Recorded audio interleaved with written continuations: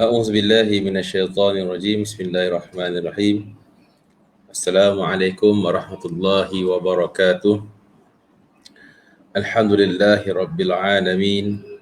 Wa bihi nasta'in ala umuri dunya waddin. Assalatu wassalamu ala asyrafil mursalin Sayyidina wa habibina Muhammadin wa ala alihi wa sahbihi wa man tabi'ahu bi ihsani ila yaumiddin. Subhanaka la ilma lana illa ma 'allamtana innaka antal alimul hakim. Wala haula wala quwwata illa billahil aliyyil azim. Qala rabbi shrah li sadri wa yassir li amri wahlul 'uqdatam min lisani yafqahu qawli.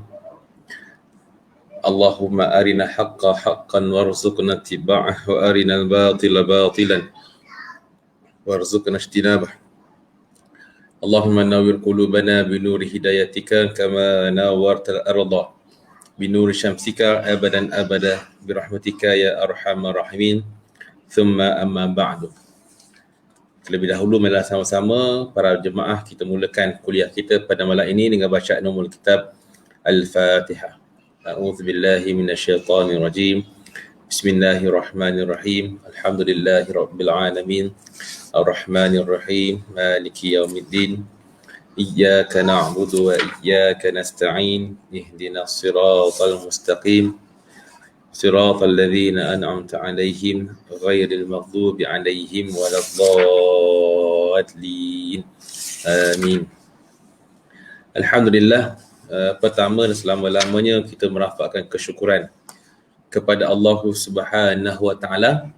Pada malam ini dapat sama-sama kita mengadakan kuliah bulanan bersama-sama dengan Mahad Tafiz Al-Mustafa, yang mana pada malam ini merupakan kuliah saya yang pertama dalam kita nak membincangkan serba sedikit berkaitan dengan tafsir Al-Quran. Dan insya-Allah bermula pada malam ini kita akan setiap minggu, setiap hari Khamis yang minggu ketiga, kita akan sama-sama bincangkan dan juga kita akan sama-sama kupaskan berkaitan dengan tafsir Al-Quran. Dan insyaAllah pada malam ini kita akan sama-sama memulakan kuliah kita dengan tafsir surah Al-Fatihah, insyaAllah. Jadi tuan-tuan, para penonton, para jemaah yang dirahmati Allah Subhanahu wa taala, jadi sebelum kita meneruskan kuliah kita pada malam ini, mungkin boleh sama-sama kita sebar-sebarkan live kuliah kita ini kepada sahabat-sahabat, kepada grup-grup yang bersesuaian. Sama-sama kita sebarkan lagi manfaat-manfaat kita ini, yang mudah-mudahan dengan perkongsian kita, dengan juga kuliah kita ini akan menambahkan lagi kefahaman kita dan juga menambahkan lagi manfaat kepada yang lain, insya-Allah. Baik, para jemaah, para penonton yang dirahmati Allah Subhanahu wa taala, kita akan masuk kepada tafsir surah Al-Fatihah. Dan insya-Allah dalam kuliah kita ini kita akan sama-sama merujuk kepada kitab tafsir Al-Munir dan juga berbagai lagi tafsir-tafsir, kitab-kitab tafsir yang lain, seperti kitab tafsir Sufatul Tafasir karangan Syekh Ali As-Sabuni, dan juga kalau tadi kitab tafsir Al-Munir ini karangan Al-Mahrum Syekh Wahab Az-Zuhaili. Mudah-mudahan yang kita merujuk kepada tafsiran inilah yang akan membantu kita untuk kita lebih memahami berkaitan dengan tafsir. Baik, kalau kita lihat tafsir ini, salah satu ilmu yang sangat agung, yang mana sebab kenapa disebut sebagai ilmu yang agung, kerana dia membincangkan secara khusus berkaitan dengan kitabullah. Dia membincangkan secara langsung berkaitan dengan kitabullah, yang ini membincangkan tentang perkara-perkara berkaitan dengan tafsiran Quran, berkaitan dengan tafsiran ayat, menghuraikan berkaitan dengan kandungan isi kandungan yang termaktub dalam Al-Quran. Maka sebab itulah disebutkan bahawa dalam ilmu tafsir ini merupakan salah satu ilmu yang cukup hebat, kerana anda membincangkan secara langsung berkaitan dengan Al-Quran. Baik, insyaAllah kita akan masuk kepada surah Al-Fatihah.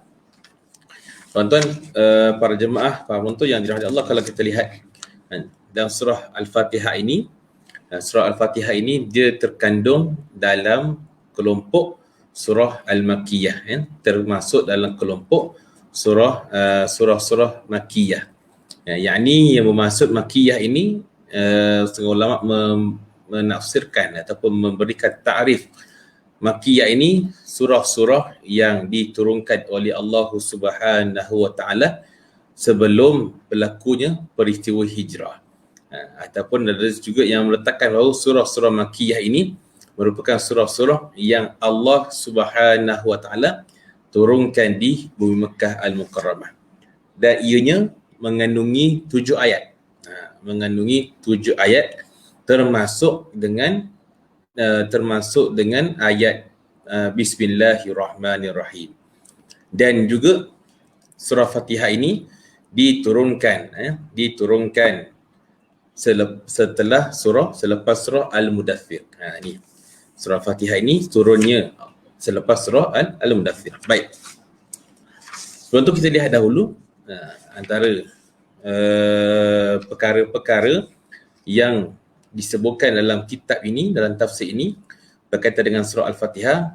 Disebutkan oleh pengarang bahawa surah Al-Fatihah ini, tuan-tuan, ianya mengandungi pelbagai makna, mengandungi isi kandung berkaitan dengan Al-Quran, mengandungi makna-makna berkaitan dengan Al-Quran. Bahkan juga ianya juga mengandungi perkara-perkara usul dalam agama. Secontoh, ianya merangkumi perkara-perkara berkaitan dengan akidah, merangkumi perkara-perkara dengan ibadah, juga merangkumi perkara-perkara berkaitan dengan tasyri' ataupun syariat, dan juga menceritakan berkaitan dengan perkara-perkara keimanan, beriman dengan sifat-sifat Allah, beriman dengan hari kebangkitan, dan juga menyentuh kepada kepribadian individu seseorang hamba. Dalam ayat yang kita akan bincangkan nanti, dia juga ada ayat yang dalam surah Fatihah ini menyentuh kepada manusia, menyentuh kepada diri seorang hamba. Nak kenal diri seorang hamba tu, maka kita boleh rujuk kepada surah Al-Fatihah. Nak tengok macam manakah nilai keadaan hati seseorang, khususnya diri kita lah. Nak tengok pada kita ni, kita boleh nilai, boleh rujuk kepada surah Al-Fatihah. Kenapa? Kerana di situ juga Allah Ta'ala menceritakan keadaan hati, keadaan diri seseorang hamba. Dan juga ayat ini juga dalam surah Fatihah ini juga mengandungi berkaitan dengan hidayah Allah Subhanahu wa Ta'ala. Maka selaku hamba Allah Ta'ala, nak tak nak, kita kena perlukan kepada hidayah untuk hidup di muka bumi Allah Subhanahu wa Ta'ala. Baik. Maka sebab tu kita lihat juga dinamakan surah Fatihah ini. Kenapa Fatihah? Kenapa namanya itu Al-Fatihah? Kerana Fatihah itu ianya berada di awal sebagai pembuka kepada Al-Quran. Kalau ikut pada tertib turunnya Quran, maka sudah tentulah suratul Alaq itu akan berada yang di pertama. Tapi dari sudut susunan Quran, maka surah Al-Fatihah ini diletakkan pada surah yang pertama. Yakni surah yang menjadi kunci, yang menjadi pembuka kepada Al-Quran. Bahkan juga suratul Fatihah ini, tuan-tuan, menjadi salah satu kewajipan rukun qauli kepada kita dalam setiap hari untuk kita membacanya. Waktu bila? Waktu dalam solat kita. 17 rakaat sehari semalam, 5 kali waktu solat, maka setiap rakaat wajib bagi kita untuk membaca surah Al-Fatihah. Tinggal Fatihah, maka terbatallah solat kita. Kenapa? Kerana tidak cukup dari sudut rukun-rukunnya. Maka sebab itulah surah Fatihah ini, kita boleh kata kebanyakan orang dia tidak hafal secara, mungkin dia dia menghafal surah Al-Fatihah ini tidak sekadar dia baca, tapi kebanyakan kita ni kita hafal surah Fatihah dengan sebab kita dah banyak kali daripada kecil kita ni dah diperdengarkan dengan surah Al-Fatihah, apa keadaan kita ni diajarkan dengan surah Fatihah, yang akhirnya surah Al-Fatihah ini kita terhafal secara sendiri. Ini sebab tu hebatnya Quran ini, dia bila mana sentiasa kita dengar, maka dia memberi kesan berbekas kepada hati kita. Dan juga dari sudut ulama menyebutkan bahawa berkaitan dengan nama Al-Fatihah, disebutkan sini bahawa disebutkan oleh Imam Al-Qurtubi, dikatakan apa, surah Fatihah ini pada dia, pendapat dia mengatakan ada hampir 12 nama. Hampir 12 nama bagi surah Al-Fatihah. Banyak nama. Ada 12 nama bagi surah Al-Fatihah. Yang pertama, kata dia, nama Fatihah ini juga dinamakan juga dengan As-Salah. Yang kedua, dinamakan dengan Suratul Hamdu.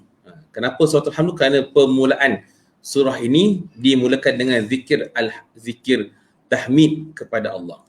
Yang ketiga, disebutkan nama surah ini adalah dengan nama Fatihatul Kitab, pembuka bagi Al-Kitab, yakni Al-Quran. Yang keempat, Umul Kitab. Ini daripada sudut pandangan Ra'yul Jumhur mengatakan juga ini merupakan nama Umul Kitab. Dan juga nama yang kelima iaitu Umul Quran.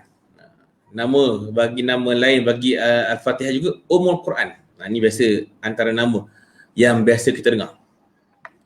Dan juga yang ketujuh, Al-Mathani. Al-Mathani. Maksudnya diulang-ulang. Kenapa diulang-ulang? Kerana kita akan ulang bacaan surah Al-Fatihah ini setiap kali waktu solat. Kita akan ulang-ulang, banyak kali ulang-ulang. Dan juga dinamakan juga surah Al-Fatihah ini dengan Al-Quranul Azim. Dan juga ada lagi surah nama-nama lain juga dinamakan juga dengan surah Syifa, dengan nama Ar-Ruqyah, dengan nama Al-Asas, dengan nama Al-Wafiyah, dengan nama Al-Kafiyah. Jadi banyaknya nama-nama bagi Fatihah ini nak menunjukkan bahawa betapa hebatnya, betapa agungnya suratul Fatihah dalam Al-Quran. Dan ulama menyebutkan bahawa sebuah tempat atau sebuah perkara sekiranya ianya mengandungi nama yang banyak, itu nak menunjukkan kepada kemuliaan perkara tersebut. Contoh yang mudah tuan-tuan para jemaah yang dirahmati Allah Subhanahu Wa Taala, contoh yang mudah untuk kita ambil pengajaran iaitu nama-nama Allah. Al-Asmaul Husna. Banyak nama-nama Allah, 99 nama-nama Allah. Itu nama-nama Allah yang Allah sebutkan dalam Quran. Mungkin ada nama-nama yang Allah tak sebutkan dalam Quran yang mungkin kita tak tahu. Tapi nak tunjukkan bahawa 99 nama Allah itu menunjukkan keagungan, kemuliaan bagi Allah Subhanahu Wa Taala. Bahkan juga nama baginda Rasulullah pun banyak. Nak tunjukkan bahawa kemuliaan bagi baginda Rasul sallallahu alaihi wasallam. Sama juga dengan nama Haramain Makkah, dengan namanya Al-Balad, dengan nama-nama yang pelbagai, juga dengan nama-nama bagi Madinah, Madinatul Nabi, Madinatul Munawwarah, Al-Tayyibah, dengan nama-nama. Nak tunjukkan bahawa banyaknya nama, banyaknya gelaran itu menunjukkan kepada kemuliaan kepada sesuatu perkara. Termasuklah juga dengan nama-nama Al-Fatihah. Termasuklah juga dengan nama-nama Al-Fatihah. Menunjukkan di sini ada 12 nama pada pendapat Imam Al-Qurtubi. Tadi nak katakan apa? Nak katakan di sini nak menunjukkan bahawa betapa mulianya suratul Fatihah yang termaktub dalam Al-Quran. Dan juga menjadi kewajipan kepada kita untuk sentiasa kita membacanya. Dalam apa jua keadaan, dalam apa jua setiap hari kita, dalam solat kita sudah barang pasti kita akan mengulang-ulang bacaan surah Al-Fatihah. Maka di sini disebutkan juga bahawa antara banyak nama ni ada tiga yang masyhur. Ada tiga nama yang masyhur. Yang pertama dinamakan dengan Al-Fatihah. Ini nama yang masyhur. Nama yang kita tidak ada pertikaian baginya. Memang kita terima bahawa nama Fatihah ini memang nama yang memang nama yang telah ditetapkan untuk surah ini. Yang kedua dinamakan juga dengan Ummul Kitab, iaitu ibu bagi Al-Kitab. Nak tunjukkan bahawa kerana apa? Kerana kedudukannya itu berada di tempat yang paling hadapan. Dan juga yang ketiga, wasaba'u al-mathani, 7 ayat yang diulang-ulang. Ni kadang-kadang kita dengar kan, kita dengar orang sebut as-sab'u mathani. Kita pelik apa nama as-sab'u mathani? Rupa-rupanya nama lain bagi Al-Quran. Itu je kita jangan pelik. Yang kalau kita dengar orang sebut as-sab'u mathani, itu nama bagi Al-Quran. Jadi ini antara tiga nama yang masyhur disebutkan oleh pengarang, oleh almarhum Syekh Wahab Az-Zuhaili. Kalau kita nak ambil nama-nama lain banyak, tapi yang masyhurnya disebutkan sini adalah tiga buah nama ini, insya-Allah. Kemudian dia je mengandungi tujuh ayat. Mengandungi 7 ayat yang termasuk padanya itu perkataan kalimah Bismillahirrahmanirrahim. Baik. Tuan-tuan para jemaah yang dirahmati Allah Subhanahu Wa Taala, kita nak masuk kepada tafsiran ayat yang pertama. Kita nak lihat pada ayat yang pertama, iaitu kalimah Bismillahirrahmanirrahim. Baik.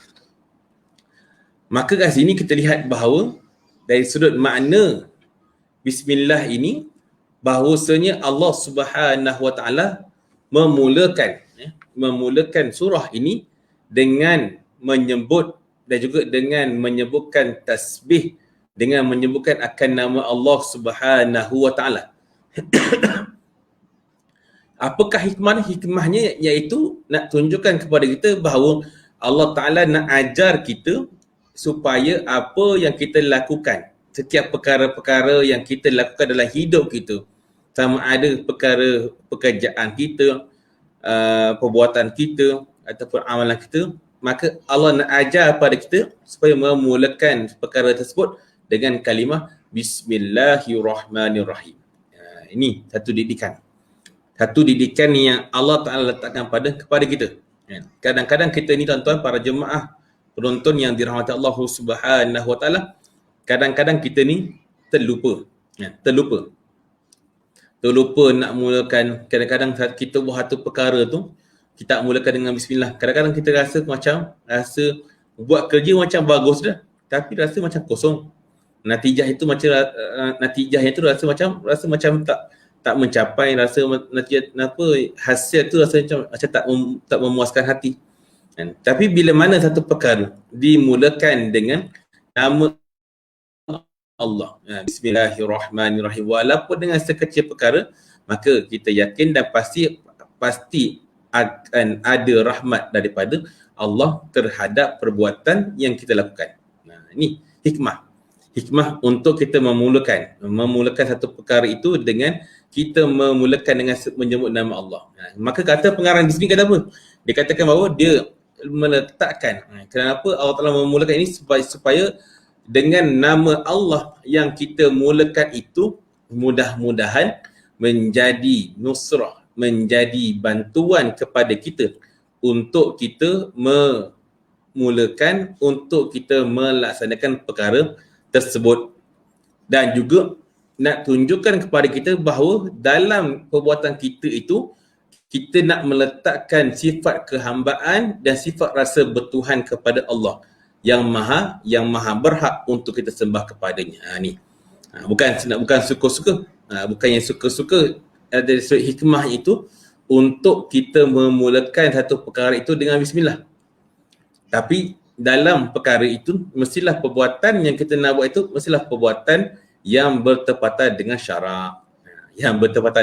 Bertepatan dengan syarak. Jangan pula kalau kita kata, kalau kita nak mulakan semua perbuatan kita dengan bismillah, maka nak buat maksiat pun dengan bismillah. Itu tak boleh. Itu tak kena pada tepatnya. Bahkan itu zalim pada kita. Kenapa? Kita memulakan kalimah Allah itu, meletakkan kalimah Allah itu pada bukan yang sepatutnya. Nak pergi mencuri, Bismillahirrahmanirrahim, pecah rumah orang. Tak boleh begitu. Tak boleh begitu. Sebab itu satu cara yang sadar. Hikmah untuk apa? Supaya kita tahu, kita mulakan bismillah ini, kita tahu bahawa perbuatan yang kita buat itu adanya pandangan Allah kepada kita. Kalau kita nak buat hatu, kita minta dengan Allah, mudah-mudahan dengan bismillah itu yang menjadi satu peluang kunci buka rahmat Allah kepada kita. Dan juga dalam apa yang kita buat ini, yang mudah-mudahan perbuatan yang kita buat itu, amalan yang kita buat itu tidak terpisah daripada rahmat dan ihsan Allah Subhanahu wa taala. Ini tuan-tuan, ini perkara yang sangat kita harapkan dalam kita melakukan sesuatu perkara.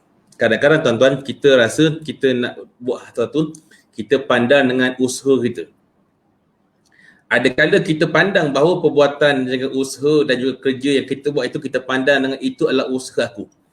Tapi bila mana kita meletakkan niat kerana Allah Subhanahu wa taala, bahkan kita memulakan satu perkara dengan apa? Dengan memulakan dengan nama Allah, yang mudah-mudahan perbuatan kita itu akan terdorong dengan hidayah Allah Subhanahu wa taala. Ini yang penting.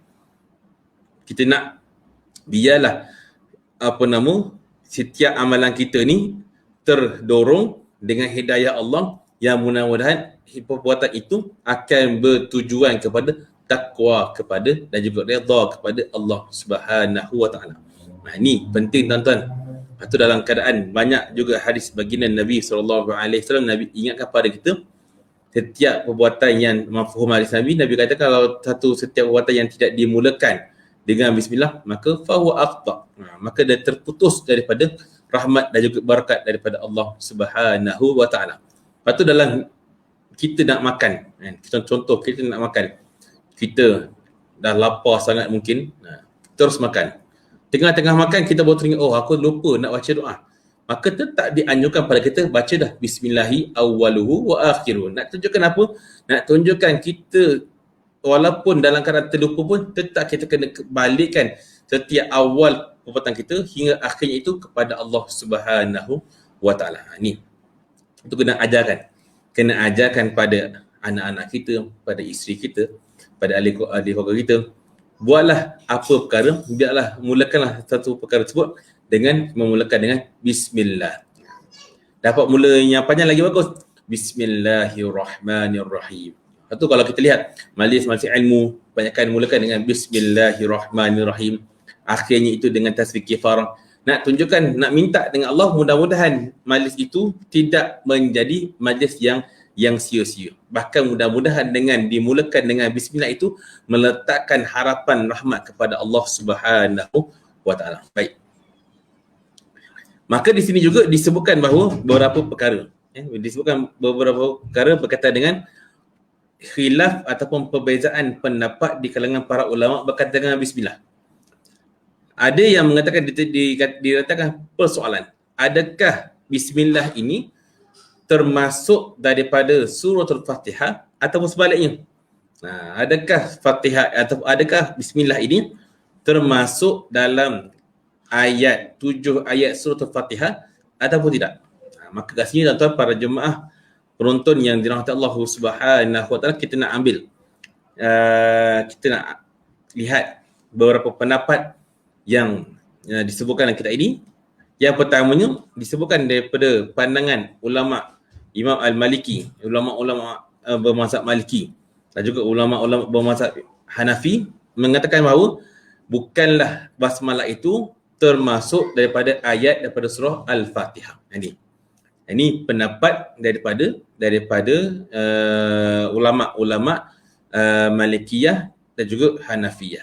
Mengatakan bahawa surah Al-Fatihah, bismillah ini, bismillahirrahmanirrahim, tidak termasuk dalam kelompok ayat daripada surah Al-Fatihah. Kecuali pada surah An-Naml. Kecuali pada surah An-Naml.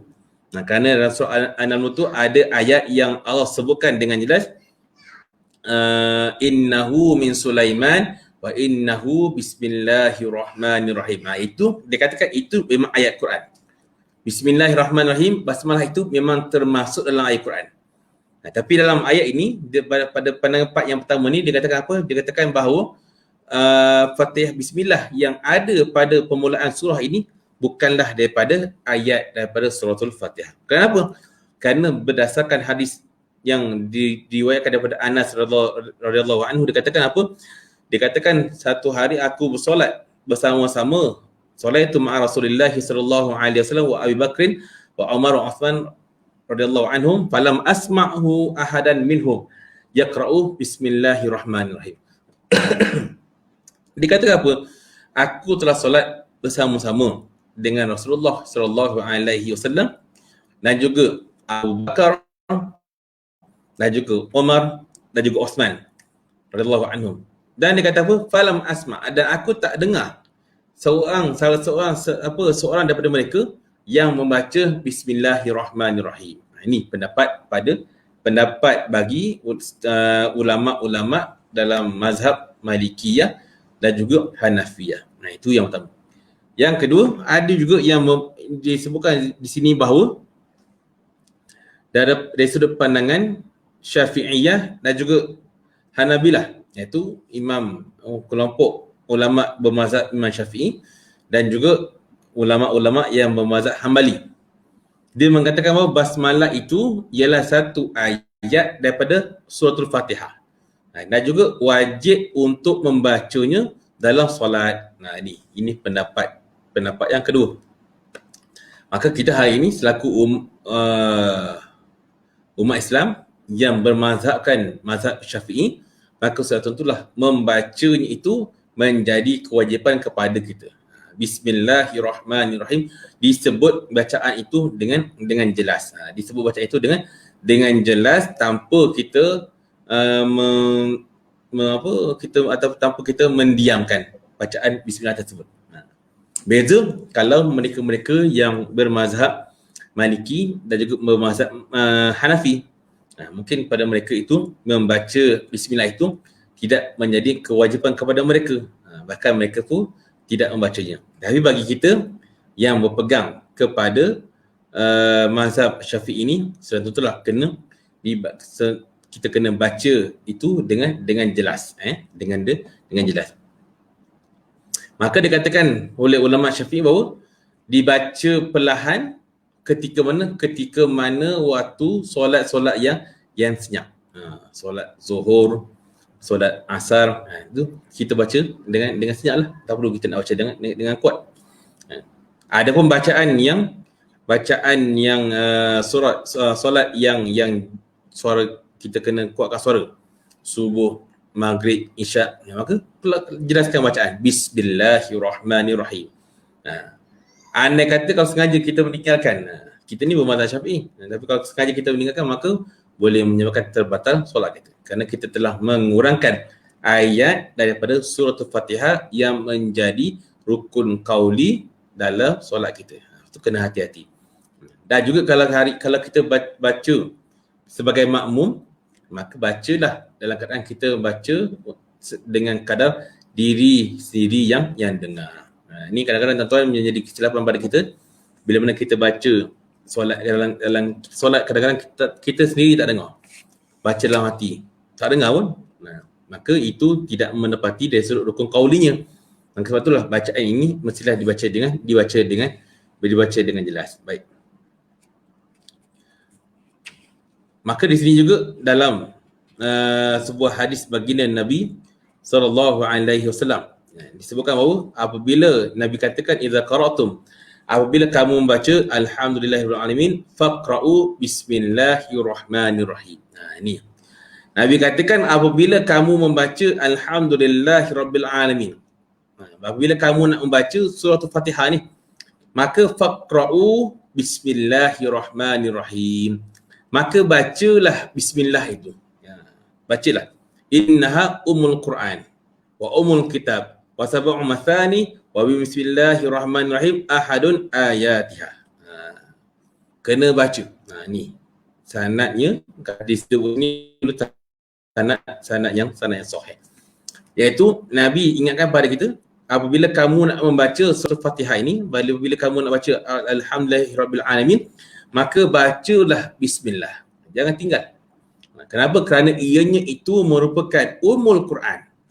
Dan juga ianya juga merupakan umul kitab dan juga wasab'u mathani, dan Nabi tegaskan wa bismillahirrahmanirrahim, satu ayat daripadanya. Itu satu ayat daripada suratul Fatihah. Ini kena ingat, kena pegang, kena faham baik-baik. Jangan suka-suka. Jangan suka-suka untuk kita tidak membacanya ataupun untuk kita suka-suka meninggalkan bacaan tersebut, untuk suka-suka untuk kita tidak kita mendiamkan bacaan tersebut, kerana ini berkaitan dengan hukum solat yang kita dirikan. Baik. Maka Bismillahirrahmanirrahim, dengan nama Allah. Dimulakan dengan nama Allah. Dimulakan dengan nama Allah, yakni dengan nama lafzul jalalah. Allah dimulakan dengan nama Allah. Allah. Nak katakan di sini bahawa lafzul jalalah, lafaz Allah Ta'ala ini merangkumi kepada semua nama-nama Allah yang agung. 99 Asmaul Husna itu, semua itu terkandung dalam lafzul jalalah. Allah. Waktu kita kalau sebut dalam solat pun kita mulakan dengan Allahu Akbar. Kita sebut nama Allah. Subhanallah. Kita bila mana kita nak berzikir pun kita akan meletakkan nama Allah. Subhanallah. Apa lagi? Alhamdulillah. La ilaha illallah. Allahu Akbar. Astaghfirullah. Semua itu apa? Sebab nak tunjukkan bahawa nama Allah, lafaz Allah Ta'ala ini satu lafaz yang cukup, yang sangat-sangat agung, yang maha agung, dan juga merangkumi kepada nama-nama Allah yang lain. Lepas tu cukup. Kita bila mana kita sebut Allahu Akbar, kita Allah itu maha besar. Tak bolehlah kalau kita contoh kita nak gantikan dengan nama yang lain.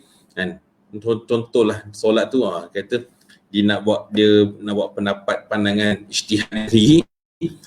Dia kata apa? Dah biasa sangat sebut Allah Akbar, dia nak tukar Ar-Rahmanu Akbar. Tak boleh. Itu tak boleh.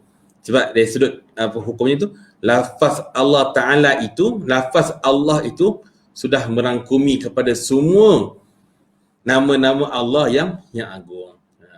Tak boleh suka-suka dan kita nak tukar. Bahkan sebut nama Allah sahaja pun sudah kita beroleh akan pahala daripada Allah Subhanahu wa Ta'ala. Allah.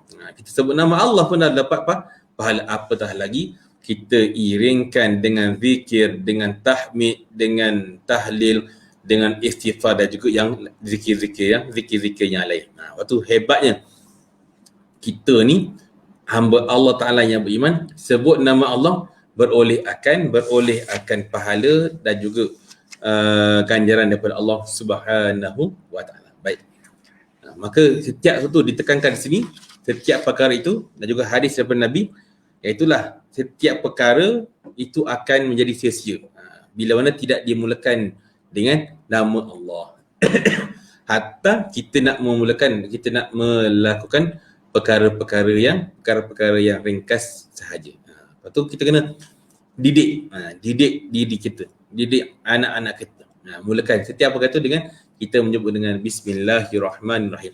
Dan juga signifikan juga dalam surah Fatihah ini, Allah nak ajar pada kita, dengan surah pun Allah mulakan dengan Bismillah, apatah lagi dengan perkara-perkara yang lain. Lepas tu tuan-tuan para jemaah yang dirahmati Allah Subhanahu wa Ta'ala, pada ayat yang pertama ni, satu teguran, satu perkara didikan tarbiyah yang berpanjangan yang Allah letakkan kepada kita, supaya apa? Dalam setiap apa jua perkara yang kita lakukan, ingatlah kepada Allah Subhanahu wa Ta'ala. Jangan tinggalkan sama sekali akan Allah. Sama ada senang ataupun susah.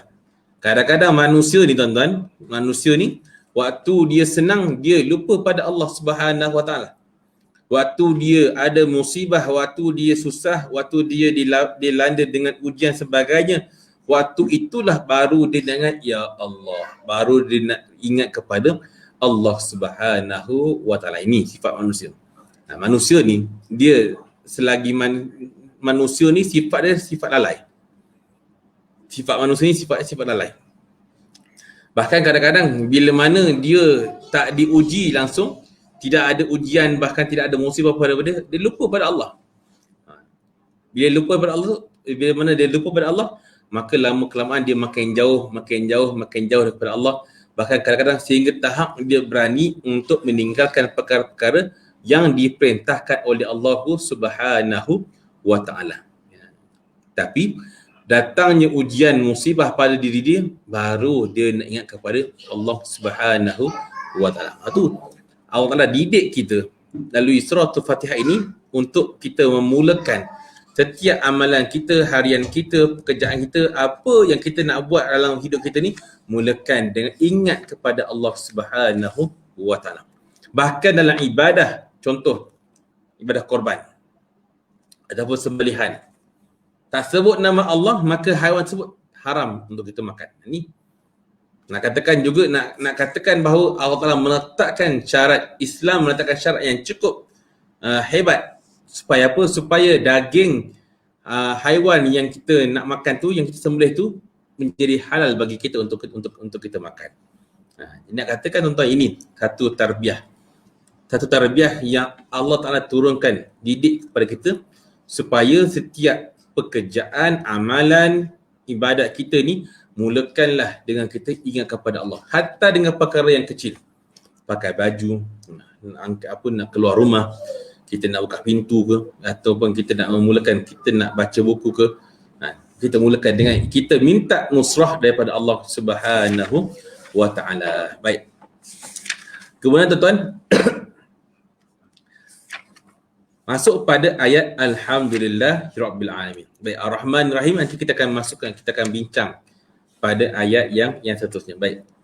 Setelah mana dimulakan dengan perkataan kalimah basmalah ini, ianya satu perkara, satu petunjuk yang nak menunjukkan bahawa kita ni sebenarnya sangat-sangat berhajat kepada hidayah Allah, dan kita sangat-sangat berhajat untuk kepada bantuan dan juga rahmat daripada Allah Subhanahu wa ta'ala. Baik. Kemudiannya Allah sambung ayat ini dengan Alhamdulillahi Rabbil Alamin. Yaknilah bahawa alhamdu ini satu kalimah. Satu kalimah alhamdu ni membawa maksud segala puji itu Alhamdulillahi Rabbil Alamin. Segala puji-pujian itu hanya layak kepada Allah Subhanahu wa ta'ala. Alhamdulillah. Dalam bahasa Arab, kalau kita jumpa nak puji-puji ni dia banyak. Nak memuji-puji ni dia banyak. Ada alhamdu, ada as-sana'u. Jadi nak katakan bila mana kita sebut alhamdu ini, alhamdu itu satu kalimah yang mengandung yang tinggi darjatnya dalam kita nak memuji kepada Allah Subhanahu wa ta'ala. Ni dikatakan apa di sini? Inilah pujian yang sangat cantik, sangat lawang, sangat comel lah kata orang kata, dan juga satu kalimah yang memuji dengan darjat yang cukup tinggi. Alhamdu. Bahkan juga kalau kita nak membezakan perkataan alhamdu ini dengan as-sana'u, maka alhamdu itu lebih banyak makhraj huruf yang kita kena gunakan. Berbanding dengan as-sana'u. Tapi alhamdu ini lebih banyak makhraj huruf yang kita perlu gunakan. Apakah hikmahnya? Hikmahnya, kalau kita lihat hadis baginda Nabi SAW, Nabi katakan, mafhum hadis Nabi katakan, orang yang baca Quran itu, maka dia akan dikira pahala dari satu huruf. Dan Nabi kata, tidaklah aku katakan alif, lam, mim itu satu huruf.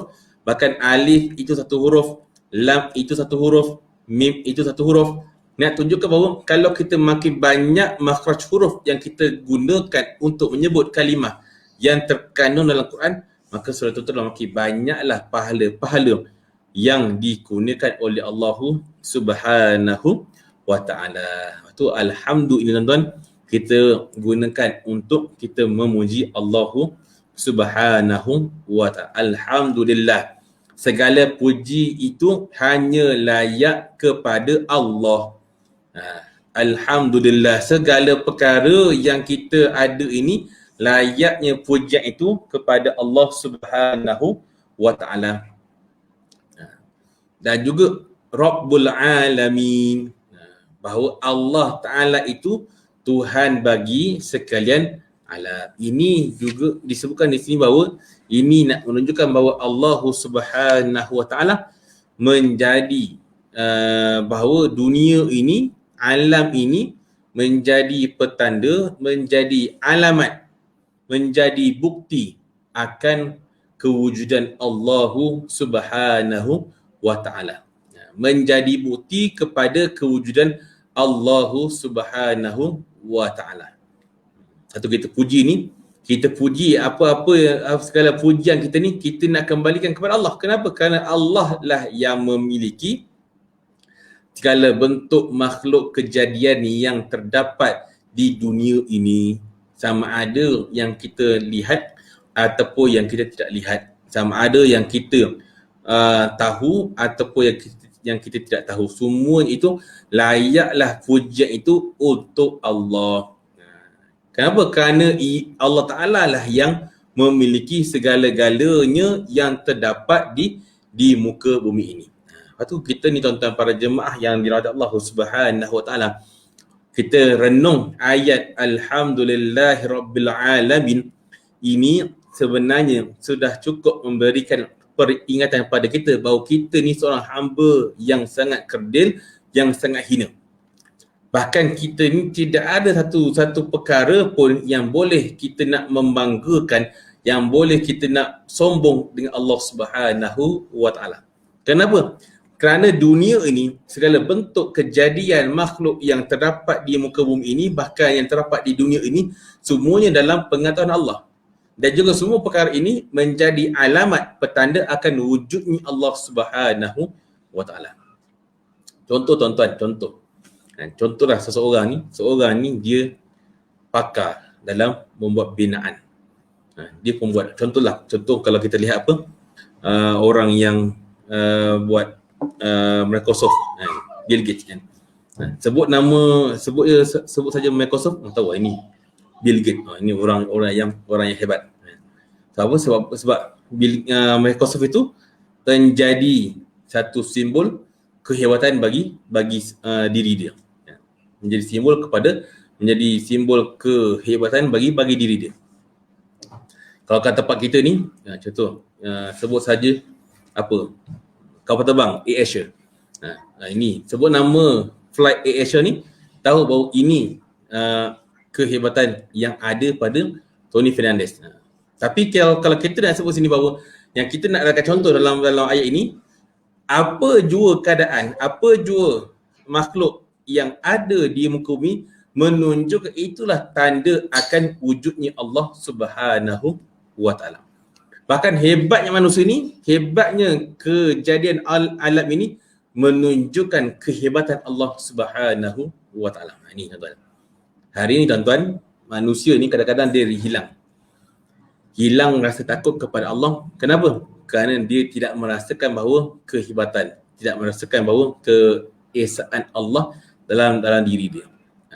Dia tak rasakan bahawa kehebatan, keagungan Allah dalam diri dia. Sehingga kadang-kadang seseorang tu bahkan berani untuk meninggalkan perkara-perkara yang diperintahkan, bahkan juga berani untuk melakukan perkara-perkara yang ditegah. Hari ini tuan-tuan, musibah COVID-19 ni sebenarnya satu peringatan juga. Kita nak ambil satu hikmah pengajaran dari sudut kehambaan kita kepada Allah. Hari ini kalau kita tengok orang takut dengan COVID-19, semua berwaspada, semua berjaga-jaga. Kalau boleh tak nak, janganlah sampai terkena, jangan sampai terjangkiti. Sebab apa? Sebab takut sakitnya ataupun kesannya itu.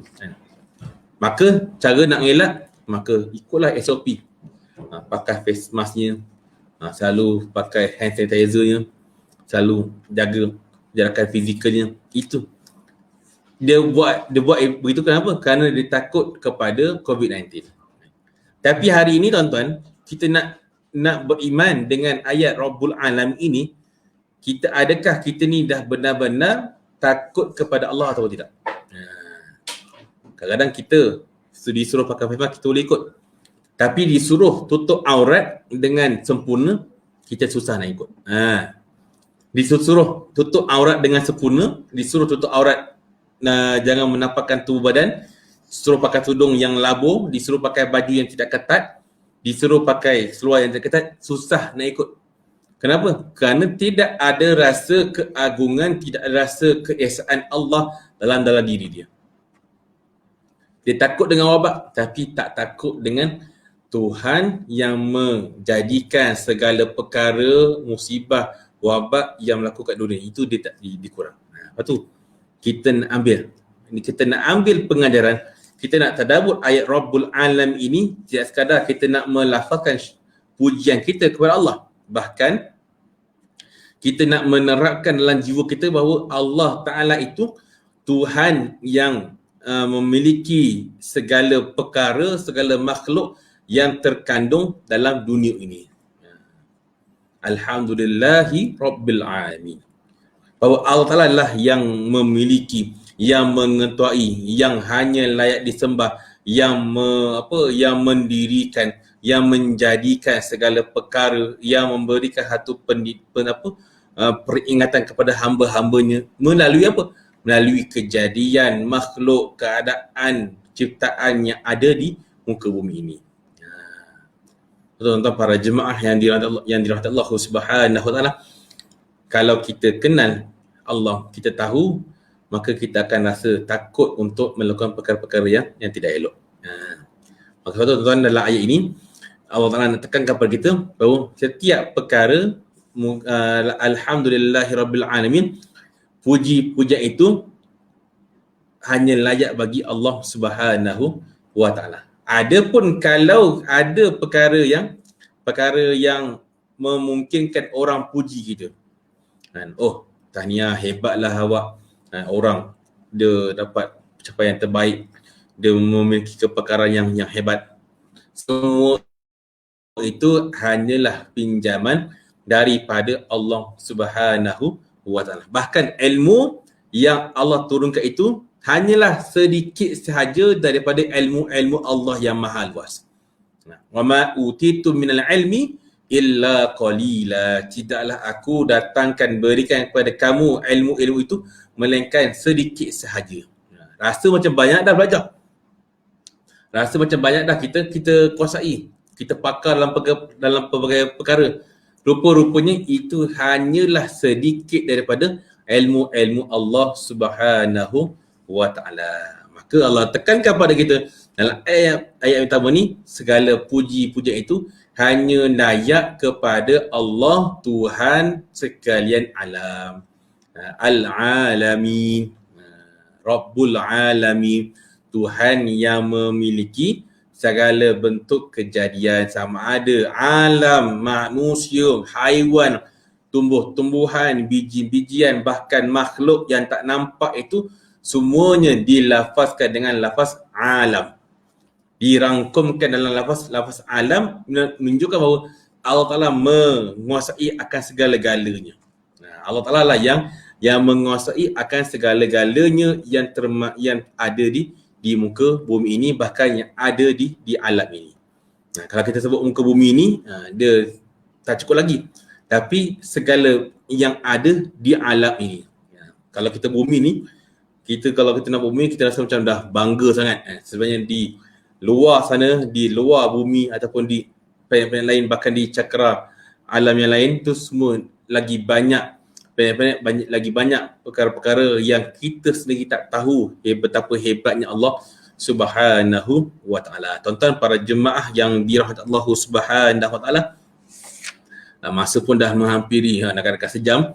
Saya kira itulah untuk permulaan kuliah isyak kita secara bulan ini, untuk kita membincangkan dua ayat yang pertama tadi, iaitu Bismillahirrahmanirrahim, dan juga ayat yang kedua iaitu Alhamdulillahirrahmanirrahim, yang mudah-mudahan apa yang kita dah kongsikan memberikan peringatan bagi diri kita dan juga menambahkan lagi kefahaman kepada kita dan juga menambahkan tadabbur kita kepada Quran, dan insya-Allah kita akan sambung kepada ayat yang ketiga dan juga seterusnya pada kuliah kita yang akan datang insya-Allah. Jadi insya-Allah tuan-tuan, mudah-mudahan apa yang kita kongsikan pada malam ini memberikan manfaat pada semua, dan juga lebih-lebih lagi pada yang bercakap ini, mudah-mudahan apa yang kita kongsikan ini akan memberikan manfaat pada kita dan juga membantu kita untuk terus kita beramal dengan ikhlas, dan membantu kita untuk sentiasa ingat kepada Allah Subhanahu Wa Ta'ala, dan juga untuk membantu kita sentiasa bersyukur dan juga memuji kepada Allah Subhanahu wa ta'ala. InsyaAllah kita sambung pada kuliah kita yang akan datang pada ayat yang ketiga dan seterusnya insya-Allah. Wallahu a'lam. Aqulu qawli hadza wa astaghfirullahal azim li wa lakum. Assalamualaikum warahmatullahi wabarakatuh. Kita tangguhkan dengan tazkir kifarah dan suratul asri. Subhanakallahumma wa bihamdika asyhadu an la ilaha illa anta astaghfiruka wa atubu ilaik. Bismillahirrahmanirrahim. Wal 'asr innal insana lafi khusr illa alladhina amanu wa 'amilus solihat wa tawasaw bil haqqi wa tawasaw bis sabr. Sadaqallahul azim. Wallahu a'lam. Assalamualaikum warahmatullahi wabarakatuh. Siru ala barakatillah.